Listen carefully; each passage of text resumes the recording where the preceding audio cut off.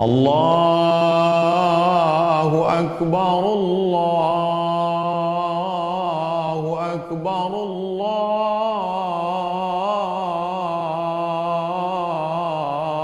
Akbar. La ilaha Ma'amila adamiyun amalan. Tidak ada amal ibadah yang dilakukan oleh manusia ahabbu ilallah, yang lebih dicintai Allah pada hari itu, min iraqatid dam, menumpahkan darah. Tanggal 10 Zulhijjah, apa amal yang paling afdal? Ma'amila adamiyun amalan. Tidak ada amal ibadah yang dilakukan oleh manusia ahabbu ilallah, yang lebih dicintai Allah pada hari itu, min iraqatid dam, menumpahkan darah. Jadi amal yang paling bagus tanggal 10 Zulhijjah adalah menumpahkan darah. Maksudnya menumpahkan darah kambing, darah lembu, darah sapi, darah kerbau, darah onta. Wa innaha la ta'ti yaumal qiyamati, binatang itu nanti akan datang pada hari kiamat, biquruniha, dengan tanduknya, wa azlafiha wa ash'ariha, dengan bulunya, wa azlafiha, dengan kukunya. Kenapa bulu kuku tanduk? Kenapa tidak disebut binatang itu akan datang dengan punuknya, dengan dagingnya, dengan susunya? Tidak ada.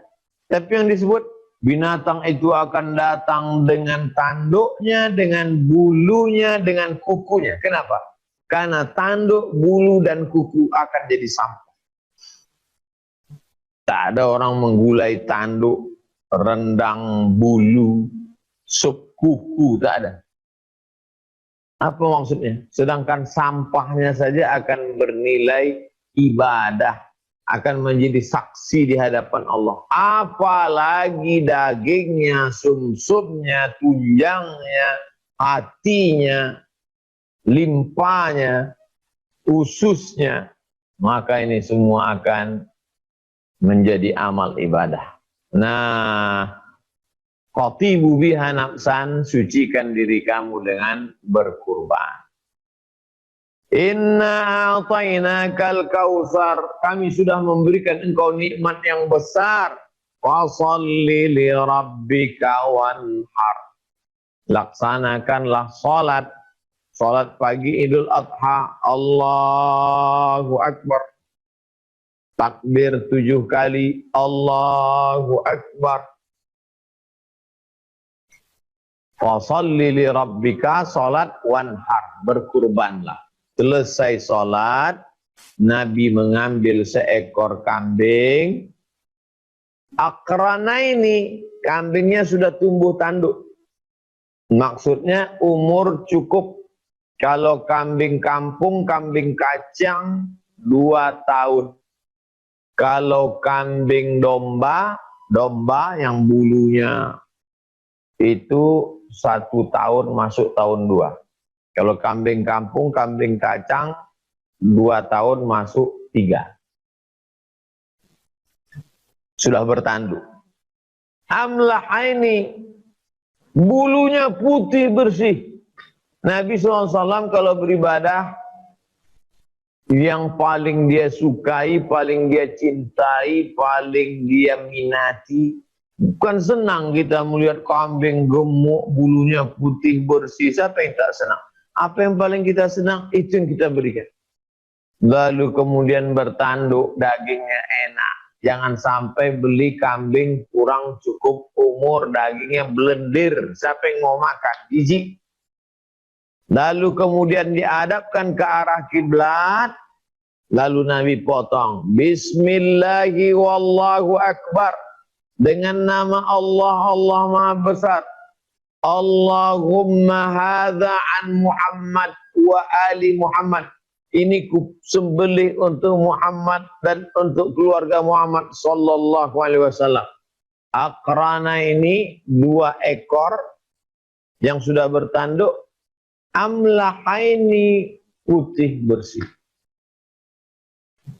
Fakulu minha, dianjurkan untuk memakan dagingnya. Minha, sedikit saja.